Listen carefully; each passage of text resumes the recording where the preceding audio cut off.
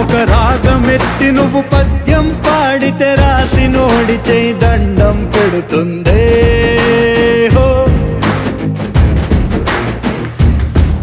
ఆ తేనెలొలుకు నీ మాటలు వింటే తెలుగు భాష తెగ సంబరపడుతుందే హో.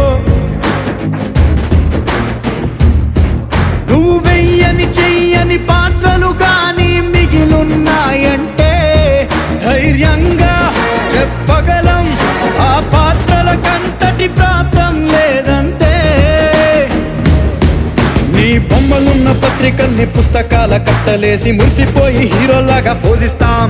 మా కళ్ళల్లోన పెట్టుకున్నాం పచ్చబొట్టు వేసుకున్నాం. వెండి తెరకు నువ్వు మేలిమి బంగారం.